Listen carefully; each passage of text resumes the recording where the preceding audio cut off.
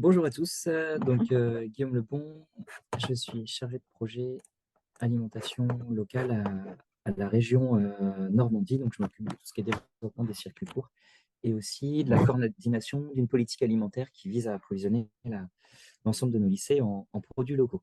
Juste pour vous présenter très rapidement le territoire normand, il compte 3,3 millions d'habitants. Sa Euh, superficie est... Allô? Vous On n'a m'entendez? pas ouais, on n'a pas le PowerPoint. Ah, il s'affiche pas? Non, Alors, ah oui, pardon. Ce C'est serait moi. dommage parce que les cartes sont vraiment belles. Ah, ouais, les voilà, petits c'est flux, bon. c'est super J'ai beau. oublié j'étais déjà Hop, hop, en mode ah voilà, présentation. c'est bon, Voilà. super, merci. Donc le territoire normand, il compte 3,3 millions d'habitants. Sa superficie, 29 000 km². Pour vous donner un ordre d'idée, c'est l'équivalent de la taille de l'Arménie ou de l'Albanie. Le niveau médian des, des Normands, le niveau de vie médian est autour de 21 000 euros, voilà, 600 km de côte et des sites très visités. Vous êtes peut-être déjà allé en vacances, le Mont-Saint-Michel, le cimetière militaire de Omaha Beach ou alors les jardins de Claude Monet. Concernant l'agriculture normande, on compte 26 500 exploitations d'après le dernier recensement agricole, 3 279 exploitations en circuit court et un grand nombre de productions, notamment on est première région productrice de fromage au lait de vache, productrice de beurre, de crème, pommes à cidre, lin textile, poireaux et de chevaux aussi. Voilà, on est une terre voilà, favorable à l'accueil des chevaux. On est majoritairement sur voilà, une terre d'élevage, notamment dans la Manche, euh, d'élevage laitier, grande culture et polyculture élevage dans la plaine de Caen, plateau du Neubourg et pays de Caux. Voilà. Et puis pays de Bray aussi, terre d'élevage, notamment avec d'élevage laitier avec le Neuchâtel. Sur la partie pêche et aquaculture, j'ai découvert là d'ailleurs en lisant, en me relisant qu'on était la première région productrice de saumon, de méduses et d'hippocampes. Voilà, c'est anecdotique, mais c'est plutôt rigolo. Mais sinon, on a une grande diversité d'espèces pêchées sur nos côtes. Et puis aussi, on est connu pour le bulot, la coquille Saint-Jacques et les huîtres de Normandie. On a plusieurs politiques alimentaires sur notre territoire. Donc, on a la politique régionale agriculture, on a une politique pêche et aquaculture, une politique restauration scolaire, une politique équine et une politique forêt-bois. Toutes ces politiques sont mises en œuvre depuis 2016 dans le cadre de l'ancienne mandature et qui a été reconduite là lors des dernières élections. On a aussi des sujets qu'on appelle des sujets présidents qui sont suivis très fortement par nos élus. Une politique légumineuse à alimentation humaine, protéines végétales légumineuses, une politique de mise en avant des races patrimoniales normandes. La vache normande, par exemple, est en déclin, même s'il y en a encore beaucoup, elle est en déclin depuis une dizaine d'années. Et une politique aussi pour la mise en avant de notre patrimoine gastronomique, avec des concours de cuisine, des marchés de producteurs normands sur Paris, etc. Donc tout cela est traduit par une volonté très très forte de notre président de suivre tous ces volets-là, agriculture et alimentation. Et on a un axe logistique qui est évoqué dans notre politique régionale agriculture et aussi surtout dans notre politique régionale restauration scolaire, qui comprend voilà, quatre grandes orientations: la lutte contre le gaspillage alimentaire, la structuration des filières, la réorganisation de nos achats sur le territoire avec la commande publique, la formation et la sensibilisation des plus jeunes. Concernant la réalisation du diagnostic logistique, alors juste avant de vous faire un petit état de la logistique en Normandie, c'est une région qui est quand même surtout marquée par les exportations. On produit beaucoup, mais on exporte aussi beaucoup, notamment tout ce qui est céréales et produits laitiers qui sont au cœur des flux normands. On a deux grands ports, Rouen et Le Havre, voilà, d'où partent les céréales et arrivent aussi beaucoup de choses, pour ensuite peut-être aller sur Paris, puisqu'on est situé dans l'axe Seine-Normandie. Deux marchés de gros, le mine de Rouen et un marché de gros privé sur l'agglomération de Caen. Et je vais faire le focus aujourd'hui sur le diagnostic logistique concernant notre politique régionale Je mange normand dans mon lycée, puisque tout part de là. Elle a été mise en œuvre à partir de 2016. Il y avait eu une précédente politique avant la fusion des deux régions, mais peut-être pas une volonté aussi marquée de travailler sur ces questions logistiques. Euh, Concernant la chronique de dispositifs, alors c'est un peu le bazar parce que finalement il se passe plein de choses. Déjà il y a la prise de conscience, donc on a lancé notre politique régionale Je mange normand dans mon lycée, mais sans se poser encore la question de la logistique. C'est en faisant des concertations qu'on s'est aperçu que c'était une vraie problématique et un point noir Et donc, il fallait trouver des actions pour structurer euh, cette problématique-là. Pour autant, dans les actions qui nous sont évoquées, c'est il faut créer une plateforme logistique, il faut acheter un camion pour qu'un tel puisse livrer un tel, mais ça reste une réflexion à une échelle voilà, très petite, très locale, qui est bien sûr pertinente, mais qui ne nous permettait pas d'embrigader ou d'embarquer suffisamment de monde sur cette question de la logistique. Donc nous, on est parti sur une échelle un peu plus régionale, en collectant les données de tous nos lycées, donc sachant qu'il y a plein de données différentes, EasyList, Cocunel, Écureuil, Presto, selon si c'est un lycée agricole, un lycée public, etc. On a collecté les données de nos fournisseurs, c'est-à-dire qu'on a contacté tous nos grossistes, un par un. On compte 680 fournisseurs sur le territoire normand. Et on a contacté 100 grossistes. Je les appelle tous les ans au téléphone, donc ça prend du temps. J'ai l'appui d'une collègue ou d'un stagiaire pour le faire. Et on leur demande de nous transmettre les données en précisant bien ce que l'on veut. Part de produits bio, produits Egalim, produits normands, non normands, et tout le détail des données.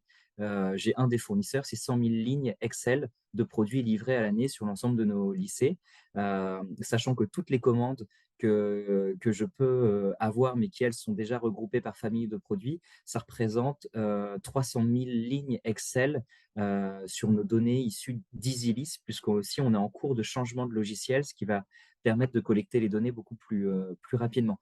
Et ce qui a été vraiment difficile, c'est de savoir comment faire le tri de toutes ces données, de toutes ces informations, et comment trouver la bonne méthode pour réussir à l'analyse de notre pourcentage de produits normands. Là, je ne suis pas encore sur la partie logistique, je suis toujours sur l'analyse du pourcentage de produits normands. Mais en fait, c'est au fur et à mesure qu'on a analysé le pourcentage de produits normands pour savoir d'où on partait pour atteindre les objectifs de notre politique régionale, qu'on s'est dit qu'en fait, cette base de données, on pouvait s'en servir pour en fait faire plein d'autres choses et que c'était une mine d'or. Et à partir de cette base de données, on analyse finalement plein d'autres choses, plein de variables qualitatives, quantitatives, binaires. Et on en vient du coup sur la partie logistique. Puisque du coup, comme on a collecté toutes les données de nos fournisseurs, on sait qui sont nos fournisseurs, on a leur SIRET, on sait voilà, la localisation de leur siège, de leurs entrepôts. On en vient à faire une cartographie des flux, mais dans un premier temps, qui va être une cartographie des flux immatériels, logistiques immatériels et financiers. Voilà, ramener au chiffre d'affaires des montants des commandes sur une année civile. Il faut savoir qu'on s'est cassé la figure plein de fois. On a mis 3 ans à trouver la bonne méthode pour l'analyse, en tout cas, du pourcentage de produits normands, mais qui a permis de structurer la base de données pour aller sur la partie logistique. Et on a travaillé avec des partenaires comme la CRAN, CIVAM et BEN qui ont aussi saisi dans un premier temps les bases de données. Après, au fur et à mesure qu'on a collecté les données fournisseurs, comme il y a ce qu'on appelle le secret d'affaires ou secret commercial, nous, on a tout internalisé. Ça veut dire que maintenant, cette base de données, en fait, personne n'y a accès. Elle est uniquement en interne, mais c'est un véritable outil pour nous d'aide à la décision. On peut partager pour autant certaines données, euh, mais on sélectionne. Vous disiez tout à l'heure que le RMT était sélectif aujourd'hui, nous aussi on sélectionne à qui on partage ces données et plutôt à un réseau de chercheurs. Je ne transmets pas ces données, par exemple, à des bureaux d'études ou alors je les anonymise selon la pertinence des projets. Des projets, par exemple, qu'on va financer sur du FEADER, ça c'est la partie consolidation et essaimage du travail. Là, je veux pouvoir leur partager des bases de données si besoin pour des benchmarks, des études prospectives, peut-être pour l'implantation de légumeries, conserveries ou autres sur le territoire. Comment faire le lien aussi avec tous les ateliers de transformation qu'on peut financer via des fonds FEADER auprès de nos agriculteurs. Mais finalement, il n'y a pas trop de connexion entre tout ça et ça, c'est ce que je regrette à ce stade. Et voilà, voir comment on pourrait améliorer tout cela. Sur l'interopérabilité, on se rend compte qu'il y a encore un gros travail de faire dans la professionnalisation de la saisie de nos données lycées fournisseurs et voir comment tout cela pourrait essayer de matcher. Sauf que nos fournisseurs, ils travaillent sur des logiciels tous extrêmement différents entre un gros grossiste et un petit grossiste à service complet, mais voilà, qui est ultra local. Lui, il va m'envoyer en fait des données à la main, enfin à la main, pardon, papier. Et nous, on va stabiloter les montants de chaque produit, les additionner à la calculette. Donc, j'ai un grossiste primeur. Enfin, un primeur, c'est voilà, 250 feuilles où on va calculer les données à la main. Voilà, le tout voilà, scanné ou envoyé par fax encore des fois. Euh, donc, il se passe pas mal de choses. C'est difficile quand même là de tout décrire maintenant. Mais le plus simple, c'est de vous montrer du concret. Donc, notre base de données, elle est structurée en 3 tables. Une table info lycée, une table info fournisseur avec plein de variables. Et on regroupe tout ça sur une seule et même table en faisant de l'automatisation de saisie et de données. Je ne sais pas si je peux le lire. Oui, hop, juste, voilà. Je ne sais pas si vous voyez la vidéo. Donc en fait là, on a la colonne B, le nom de nos lycées qu'on saisit. On a les SIRET de toutes les entreprises qu'on va chercher à la mano, un par un sur Internet. Et automatiquement, on affecte des catégories selon nos fournisseurs.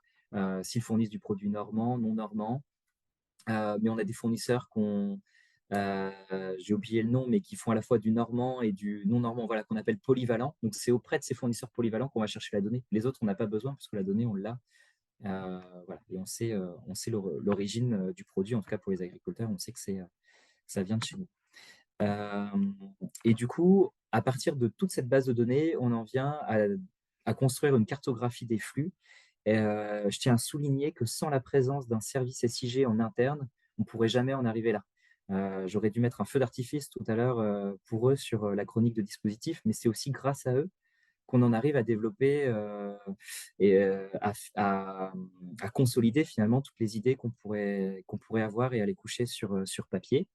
Donc, ce n'est pas un tableau de Mondrian, mais en fait, c'est une cartographie de plus de 5000 flux, donc 5000 traits de couleurs financiers affectés au siège social ou aux entrepôts plutôt au siège social de nos différents fournisseurs, qu'ils soient grossistes, IA ou producteurs. Donc, on tape que ça va très très loin. Par exemple, on a beaucoup de produits bio qui viennent d'Occitanie, bio de Provence par exemple, ou des yaourts qui viennent de Toulouse. Et on pourrait aussi très bien, ça ce serait un de mes rêves plus tard, de remonter jusqu'à l'origine du produit, parce que tout ça, je l'ai dans mes, je sais pas, 500 000, 600 000 lignes Excel transmises par nos fournisseurs. Un grossiste m'envoie vraiment, me transmet juste d'où vient le produit, où est-ce qu'il est fabriqué. Donc, je vais avoir du poisson en Chine, des avocats au Pérou, voilà, des ananas en Côte d'Ivoire. Et tout ça, je pourrais le faire, ce travail. Mais ce serait plutôt un travail de recherche. Voilà, donc n'hésitez pas, si ça vous intéresse, d'y travailler, à me demander ces données. Mais elles peuvent servir aussi plus localement. Tout à l'heure, ça a été cité pour Bordeaux Métropole, je crois, de créer une sorte un peu d'observatoire. Ça va être le cas sur Caen avec la métropole. On pourra très bien leur transmettre certaines données anonymisées, je pense.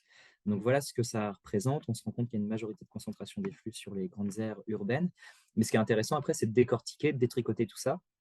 Et là, en fait, on a isolé tous les flux issus de nos producteurs. Donc, on travaille avec 200 agriculteurs différents sur les 680 fournisseurs. Tous les flux bleus, ce sont les flux conventionnels. Les flux verts, les flux bio, qui sont bien sûr minoritaires, puisqu'on n'a que 5% de produits bio servis dans nos cantines. Et en fait, ça nous permet, même à partir des flux immatériels financiers, on pourrait quand même un petit peu s'imaginer les trajets et les flux physiques qui pourraient converger vers certains établissements scolaires.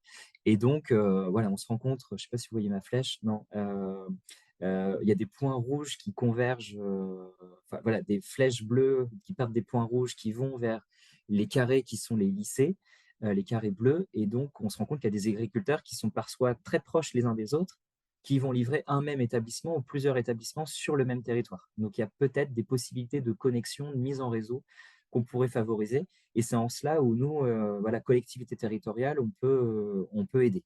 Bien sûr, on a besoin de nos partenaires pour faire aussi tout ce travail. Seul, on ne peut pas. Donc, juste pour faire le petit bilan réflexif, voilà, sur les actions en matière de diagnostic logistique, tout a été centré au départ sur l'approvisionnement de nos lycées publics et OREA de la région Normandie. On rend compte uniquement des flux immatériels.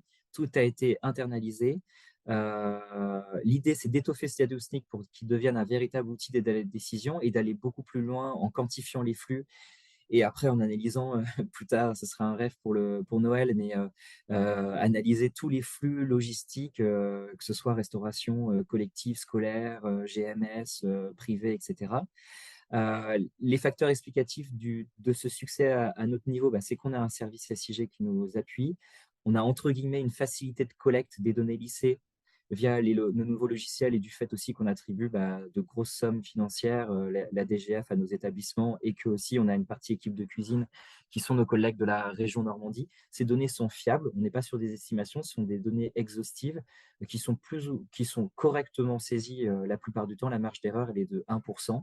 On a réussi aussi à tisser une relation de confiance avec tous nos fournisseurs, puisqu'on les appelle, et en échange aussi c'est un partenariat gagnant-gagnant, de la transmission de ces données, on les invite à nos événements. Rencontres d'affaires de la restauration normande, les rencontres régionales de la logistique, dont vous voyez la photo ici, avec Gwenaëlle Raton sur scène à gauche. Et puis, on a une volonté de ne pas déléguer. Je pense qu'on perdrait la main sur finalement ce que l'on veut, pas déléguer à des prestataires ou des bureaux d'études. Voilà, c'est une question que j'aimerais aussi aborder avec vous. Et concernant les difficultés randonnées rencontrées, le plus dur, ça a été de trouver la méthode, la multiplicité des sources, le manque d'interopérabilité. Dans les actions à venir, donc je passe ce que j'ai dit, mais aussi développer les circuits courts en Île-de-France dans le cadre du CPIER, contrat de plan interrégional État-région. Il y a une convention annexe qui a été signée entre Valérie Pécresse et Hervé Morin pour approvisionner l'ensemble des lycées d'Île-de-France en produits normands. Comment déjà est-ce qu'on pourrait identifier les flux de la Normandie vers l'Île-de-France? Et donc ça, on le fait aussi via des questionnaires et on est en capacité d'essayer de les matérialiser. En tout cas, pour le moment, ils sont plutôt financiers, mais on voudrait aller sur la partie matérialisation des flux physiques. Voilà, changer d'échelle à un moment donné. Et puis aussi, à partir de toute, et j'ai bientôt fini, de toute la quantification sur les données, faire des projections avec les filières, savoir les quantités qu'on veut produire, ce dont on a besoin par territoire, permettre de créer des nouveaux débouchés. Donc structurer à la fois les filières, en même temps structurer la logistique. Donc, pour moi, il faut agir un peu sur tous les fronts. Et puis, voilà, in fine, tout ça, normalement, devrait nous permettre d'atteindre nos objectifs. Pour le moment, en tout cas, voilà, les pourcentages montent, mais ça, c'est une action parmi 40 actions. Voilà.